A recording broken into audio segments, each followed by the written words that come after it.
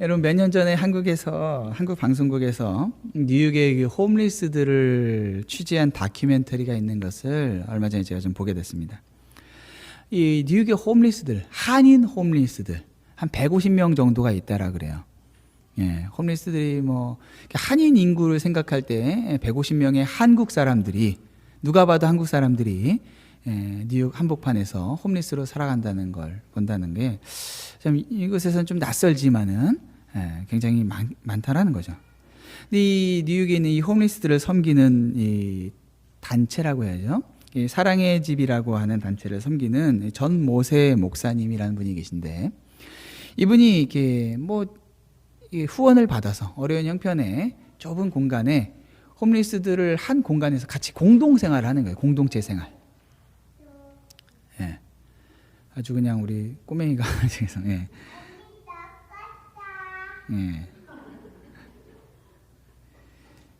이 홈리스들이 길거리에 다니는 홈리스를 발견하면은 그들에게 우리 같이 가자, 같이 살자, 너 마음만 먹으면은 또 사람답게 살 수 있게 해줄게 라고 하고서는 그들을 데려갑니다. 일단 씻어야 됩니다. 예, 씻기고 먹이고, 그리고 사람답게 살 수 있도록 일을 할 수 있을 것 같으면 일자리도 찾아주고 하면서 그렇게 같이 생활하는 것이죠.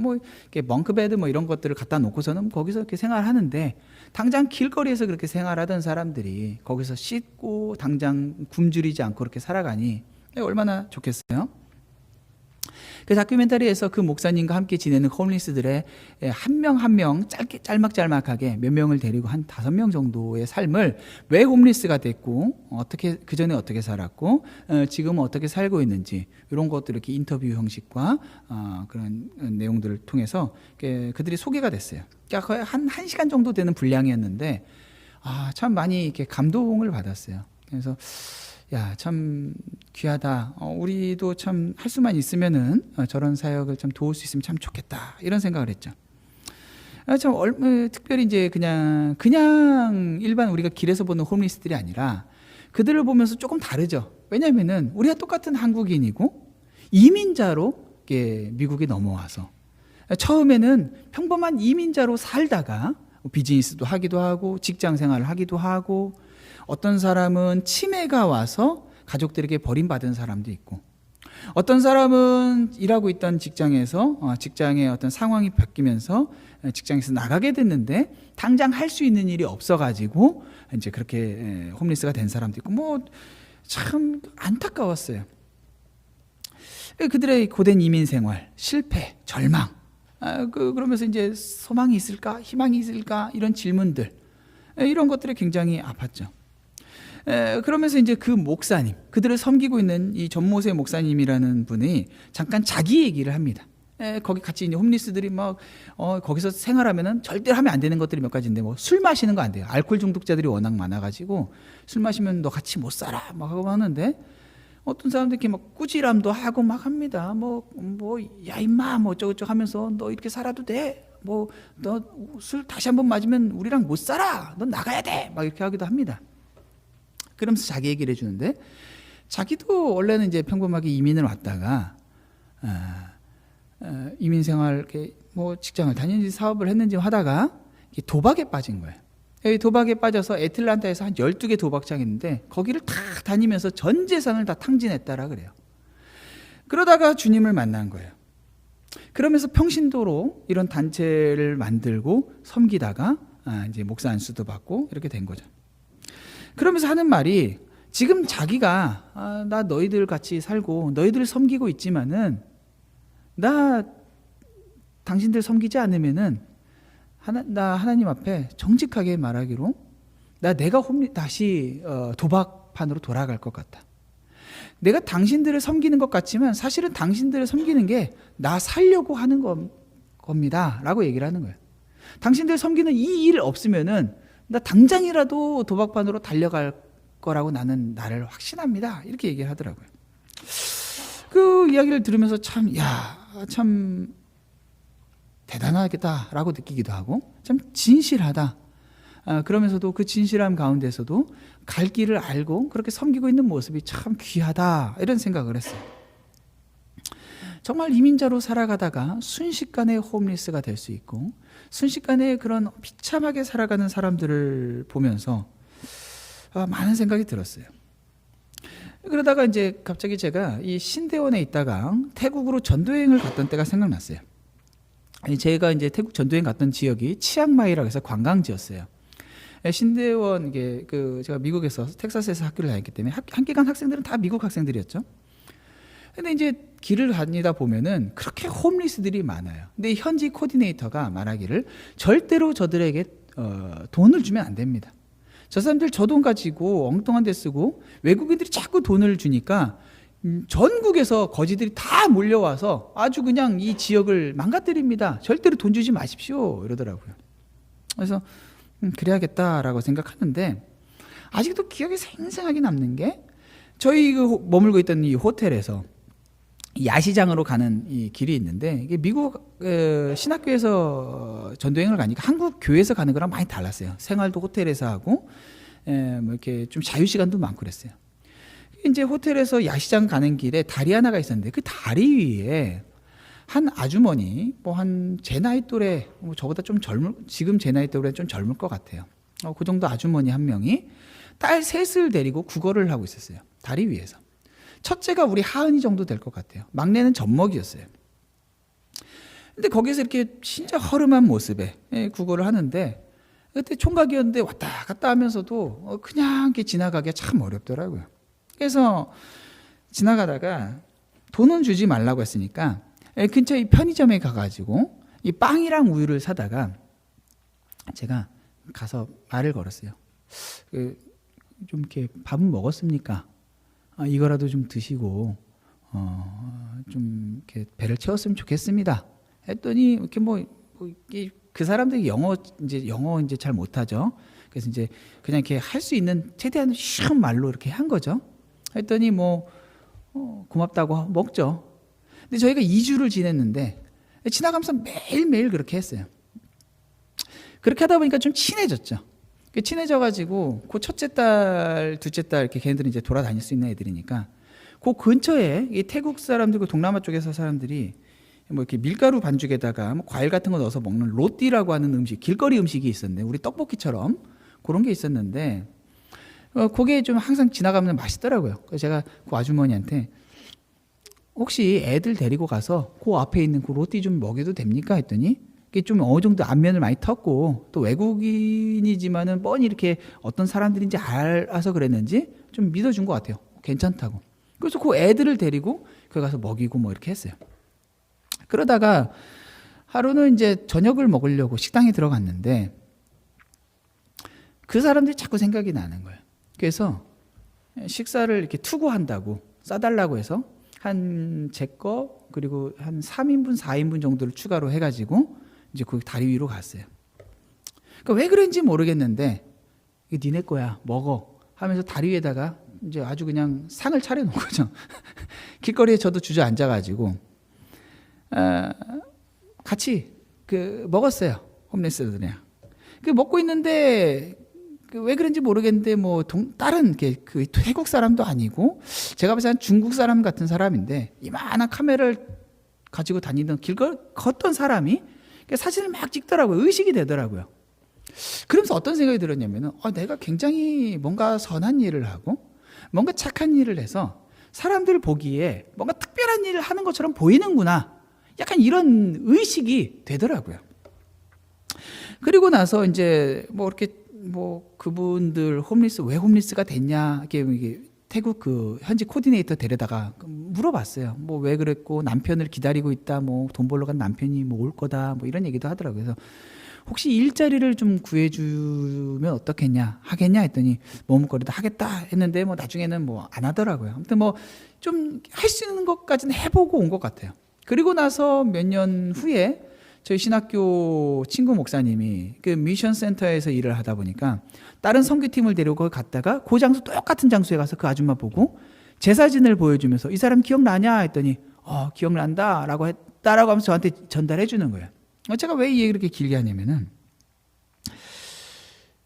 십몇 년이 지난 지금인데도 태국 하면은 떠오르는 게 그 가족, 그 아주머니, 그 아주머니 함께 살고 있는 그 아이들이에요.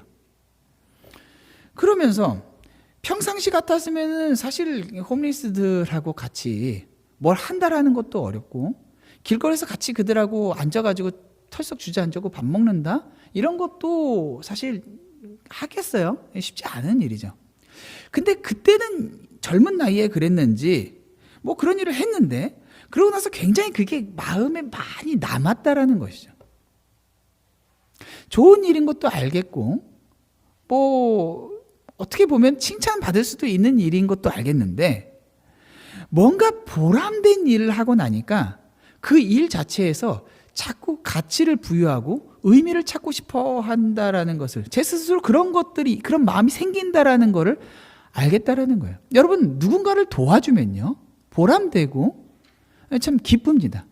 근데 그냥 도움이 필요한 사람이 아니라 절실한 도움을 필요로 하는 사람, 그리고 그 절실한 도움을 필요로 하는 사람을 위해서 내가 평상시에 하지 않던 무언가를 하게 됐을 때는 그 오게 되는 보람이나 기쁨이 훨씬 더 큰 것이죠. 우리가 지난 8월 달에 올랜도에서 홈리스 사역을 하는 단체에 다녀왔어요. 네, 대부분 이런 사역들은 교회를 중심으로 생겨나고 또 돌아가게 돼 있어요. 다녀오신 분들은, 그때 당시 다녀오신 분들은 보람을 느꼈죠. 근데요, 더 큰 보람을 느낄 수 있는 방법이 있는데, 뭐냐면은 더 헌신하고 더 희생하면 돼요. 언제나 동일해요. 더 많이 하면은, 내가 평상시 하지 못하던 것까지 하면은 더 깊은 그 맛을 느낄 수가 있어요. 이런 보람을 갖는 것들, 자부심을 갖는 것들은 나쁜 것이 아니라 좋은 거예요.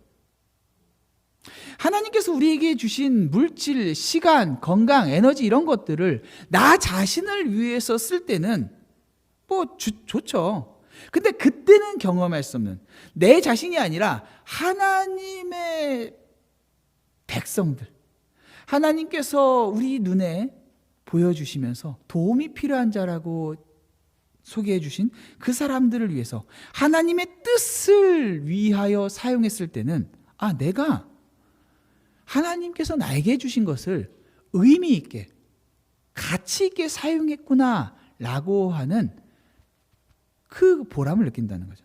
이거는 그냥 내 자신을 위해서 쓸 때랑은 경험할 수 없는, 바로 내가 왜 존재하는가, 이 존재의 이유를 발견할 수 있다는 거예요. 그 기쁨이죠. 아무리 돈을 많이 벌어서 좋은, 세상에서 한 대밖에 없는 차를 산다라고 해도 그걸 가지고 내 존재의 이유를 찾을 수는 없어요. 그렇지만 하나님의 영광을 위하여 하나님께서 나에게 주신 것을, 하나님께서 어떤 목적이 있다라고 생각하고 그 목적을 따라서 썼을 때는, 내가 살아야 하는 이유가 있구나, 내가 여기에서 이것들을 가져야 했던 이유가 있었구나 라고 하는 그 이유를 찾게 된다는 거죠. 이런 존재의 이유는요, 교회에도 동일하게 적용될 수 있어요. 여러분, 교회는 왜 존재할까요? 우리 교회는 오늘 창립 37주년이죠. 하나님께서 우리 교회를 37년 전에 이 오칼라 지역에 세우셨어요. 그러면은 하나님께서 세우신 이유가 있을 것이고, 그 이유, 그 목적이 과연 성취되고 있는지 물어야 하는 게 당연하겠죠. 여러분, 친구 사이에 뭐 이런 질문 혹시 해보셨는지 모르겠어요. 넌 왜 살아? 정말 가까운 사람이 아니면은 안 됩니다. 여러분, 이런 질문, 왜 살아? 라고 물어보면은, 뭐야? 난 살 가치도 없다는 사람 하면서 멱살 잡힙니다.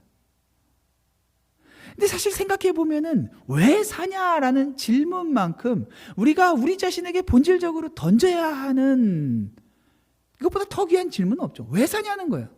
그러면은 교회도 마찬가지죠. 왜 교회가 있어야 되냐는 거예요. 왜 오칼라 한인 침례교회가 있어야 되냐는 거예요. 왜 여기에 지역에, 우리 지역, 이 오칼라 지역에 3개 교회가 있죠. 왜 교회가 3개나 있어야 되냐는 거예요. 하나만 있으면 안 되냐는 거예요. 아닙니다. 각자 이유가 있어요. 그러면 우리는 그 이유를 알아야지 여기에서 모이면서도 우리가 37주년이라고 하는 것에 가치가 있는 것이지, 이유도 모르고 하나님의 목적이 이루어지는지 안 이루어지는지 이런 것도 없으면은 이런 37주년이 전혀 의미가 없겠죠.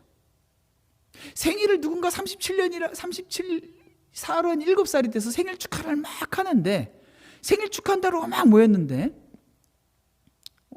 그 모인 사람이 생일 축하해라고 하는 이 당사자가 망해버렸고, 건강은 완전히 다 해쳤고, 더 이상 삶의 소망도 없고, 그럴 때, 그리고 막 막나이처럼 살아가고 있고, 뭐 그럴 때 여러분 뭐라고 축하할 수 있겠어요? 굉장히 어렵단 말이죠.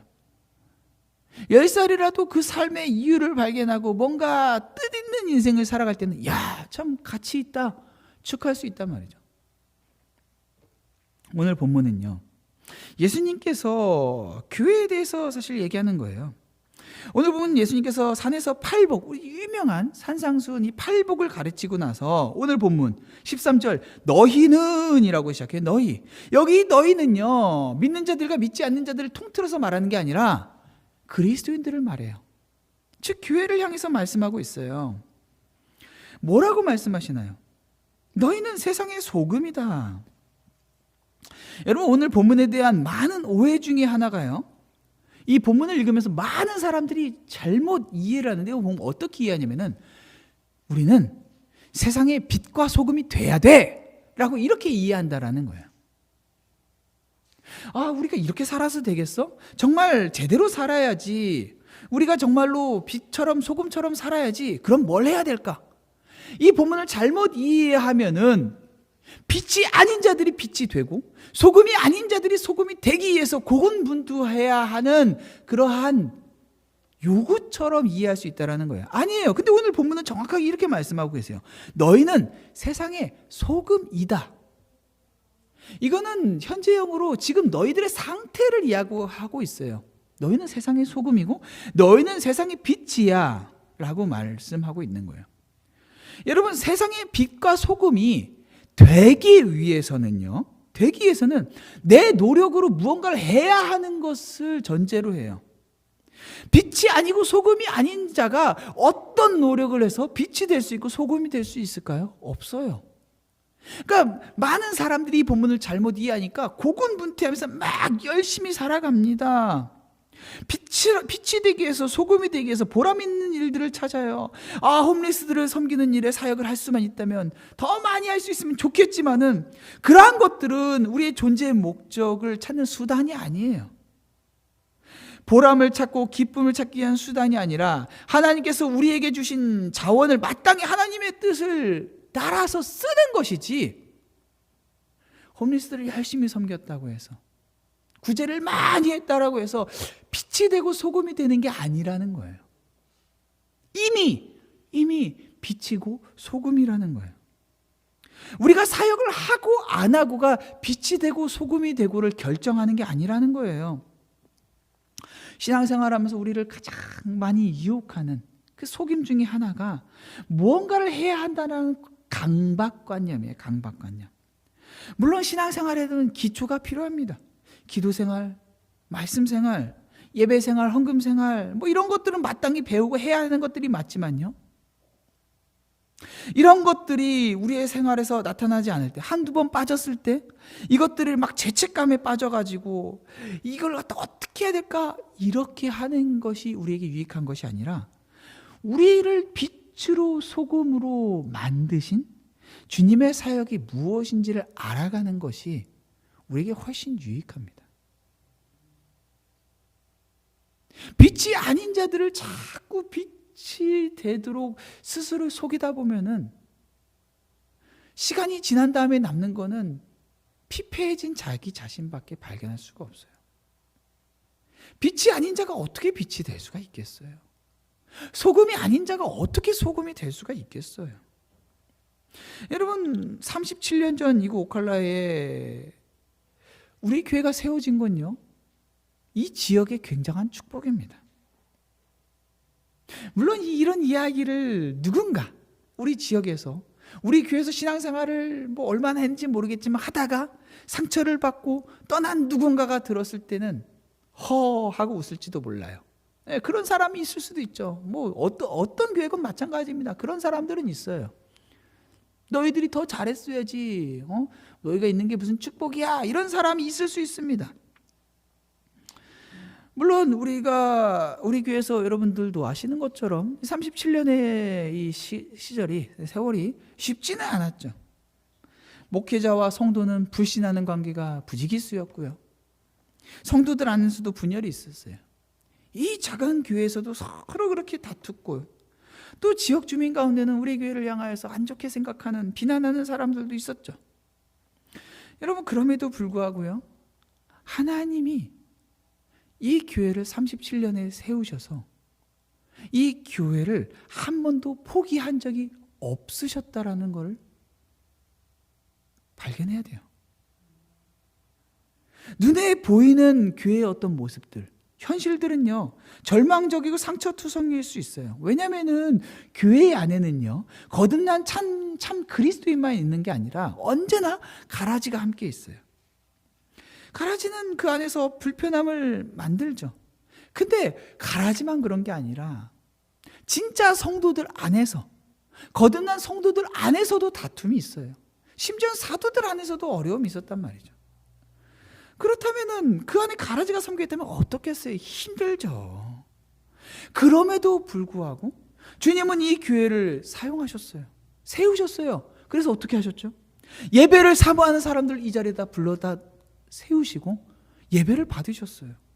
주님을 섬기고자 하는 사람들이 자신들의 시간과 물질과 에너지를 쓰면서 주님을 섬기도록 하셨어요. 이 교회가 없었으면은 있을 수 없는 일이 있었던 거예요. 하나님께서 이곳에 교회를 세우셔서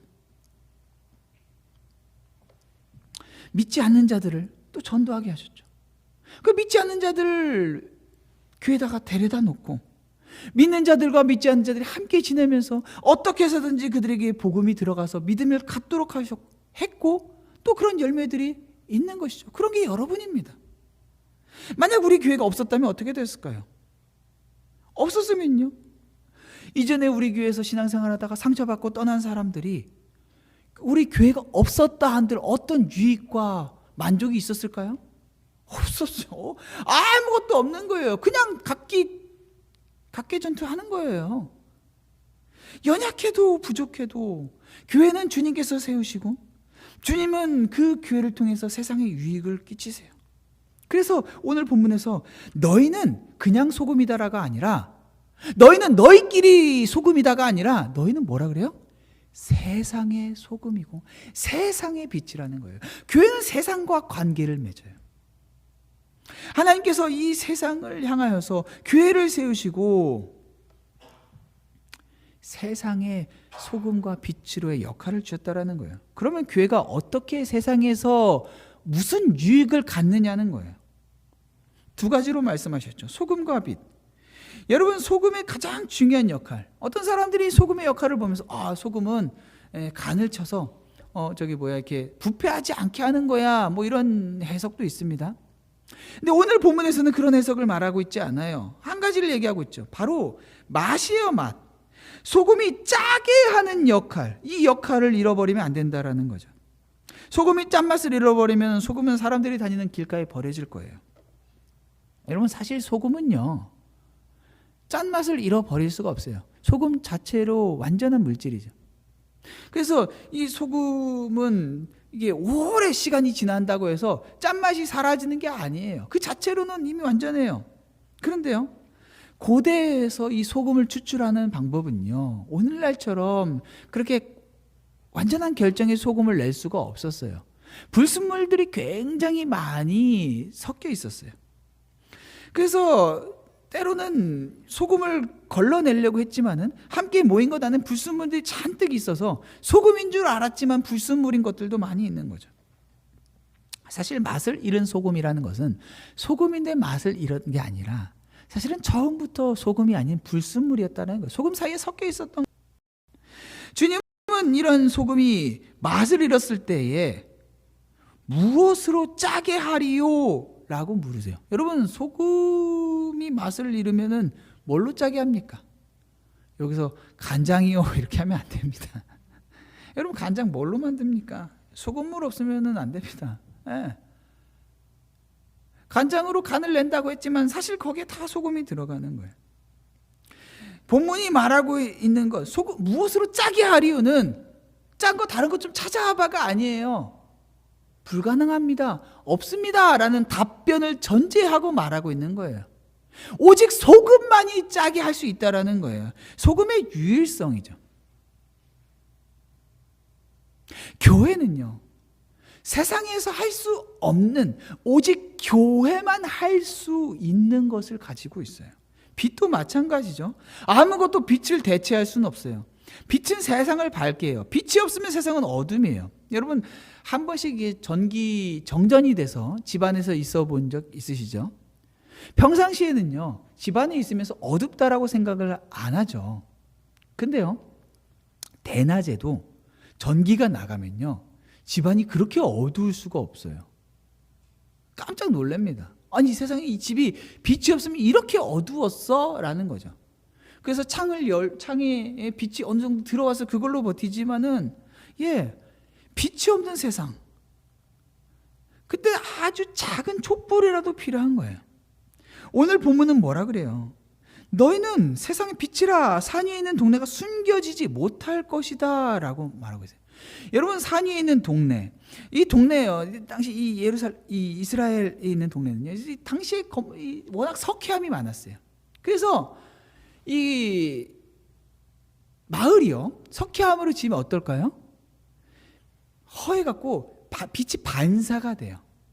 그래서 달빛이 있고 별빛이 있으면요, 그냥 요즘식으로 불나간 마을을 보는 게 아니라 그 마을에 빛이 드러나게 돼 있어요. 그래서 산과 마을은 구별이 되는 거예요. 산 위에 마을이 세워져 있으면 저기 마을이 있구나 라고 보인다라는 거예요. 누구도 그 마을을 보면서 마을이 있을까 없을까 헷갈리지 않게끔 분명하게 보인다라는 거예요. 아주 작은 빛이라도 있으면. 제가 예전에 청년 시절에 필리핀으로 전도여행을 갔는데, 한 번은 그 전도여행 중에 아주 깊은 그 섬 안으로 들어갔어요. 그 섬에는 전기가 안 들어왔어요. 그래서 이렇게 우리가 뭐 찬양을 하고 뭐 이렇게 율동도 하고, 저도 젊었을 때는 이렇게 막 율동도 했습니다. 지금 하면 탈춤처럼 막 이상하게 되지만 율동도 다 배워가지고 막 음악 그 발전기 돌려가지고 음악 틀어놓고 막 율동을 했어요. 거기서 이제 막 아이들 대상으로도 사역하고 전도 막 한 다음에 이제 밤이 돼서 일정상 거기는 뭐 잘 데도 없어요. 나와야 돼요. 나오려면은 이제 통통배가 들어와야 되는데, 이제 바닷가에 나와서 배를 기다리는데 벌써 해가 일찍 지더라고요. 해가 졌는데 살면서 그렇게 깜깜한 하늘을 본 적이 없어요. 마을에 전기가 없으니까 세상의 하늘이 그냥 완전히 그냥 바다, 섬, 하늘 캄캄한데 하늘의 별이 굉장하더라고요. 진짜 살면서 그런 하늘은 본 적이 없어요. 그러니까 저절로 찬양이 나오는, 하늘의 별 울려 퍼지는 데서 이 저절로 찬양이 나오면서, 하나님께서 지으신 세상의 이 아름다운 모습을 찬양할 수밖에 없구나 하면 찬양이 나오는데, 그 깜깜한 섬에서 빛을 비추는 저 작은 별 하나하나가 대낮에는 하나도 보이지 않았지만은 깜깜해지니까 그 별 하나하나가 그렇게 밝게 비추이는 거예요. 망망대해에서는요, 그 작은 별 하나하나가 어디로 나아가야 할지를 정확하게 보여줘요. 별이 있네 없네 헷갈릴 것 없이. 여러분, 망망대해에서는 그 세워진 그 등대 하나에서 비춰지는 그 빛이 어디로 가야 될지를 분명하게 보여진다라는 거예요. 그 진리의 빛은요, 교회만 가지고 있는 거예요. 세상에서요, 교회는 눈에 띌 수밖에 없는 존재라는 거예요. 뭘로 눈에 띌까요? 여러분, 종교적 열심은요, 우리 기독교 교회만 가지고 있는 게 아니라 온갖 이방 종교 다 있습니다. 무슨 108배? 108배를 하고요. 절에서 그렇죠. 1000번 하는 그런 것도 있고요. 천일제사, 새벽, 이거 별거 다 있습니다. 종교적 열심, 그런 게 교회를 구별하는 게 아니에요. 홈리스를 비롯한 구제사역은요, 정부도 하고 비영리 단체들도 할 수 있어요. 커뮤니티에서 다 하죠. 우리가 한인들이 이 해외에 나와서 사는 이민자들은 커뮤니티의 역할도 교회에서 하고 있지만은 요즘엔 많이 그렇게 안 와요. 이민 왔다고 해서 교회 와야 될 필요를 잘 못 느껴요. 다른 커뮤니티들이 많이 있어요. 인터넷이 발달됐어요. 사람들이 모일 수 있는 공간들이 많이 있단 말이죠. 그럼 무엇이 교회를 세상에 봐서 교회 달라, 교회만의 독특한 게 있어, 뭘로 그렇게 볼까요? 복음이에요. 세상의 소금이다, 빛이다 라고 했을 때는 너희들 세상의 빛으로 소금으로 착하게 남들을 에게 좋은 일들 하고 봉사하고 이런 게 아니라 너희들은 세상이 감당할 수 없는, 세상이 이해할 수도 할 수 없는, 너희만 아주 다르게 보여지게 하는 그 역할이 너에게 있어. 너희만이 소금이고 너희만이 빛이야. 그게 복음이에요. 이것은 카톨릭이 주장하는 것처럼 제도적 교회가 구원을 준다라고 말하는 게 아니에요. 하나님께서 복음을 주신 이 성도들, 복음을 맡기신 성도들이 그리스도의 몸으로서 공동체를 이루었음을 인정하라는 거예요. 그러니까 교회가, 하나님께서 교회를 통해서 구원을 맛보도록 허락하셨다라는 걸 인정하라는 거예요. 그러니까 교회는요, 여러분 만만한 게 아니에요. 여러분 보기에 연약하고 보잘것없어도 주님은 당신의 신부라고 말씀하셨고, 주님은 당신의 몸이라고 말씀하셨어요. 교회를 함부로 대해서는 안 돼요. 오직 교회만 할 수 있는 독특한 역할을 가지고 있는 거예요. 여러분, 의사가 인성이 아주 별로야. 갔는데 막 한국 의사들 그런 것처럼 뭐 때문에 왔어?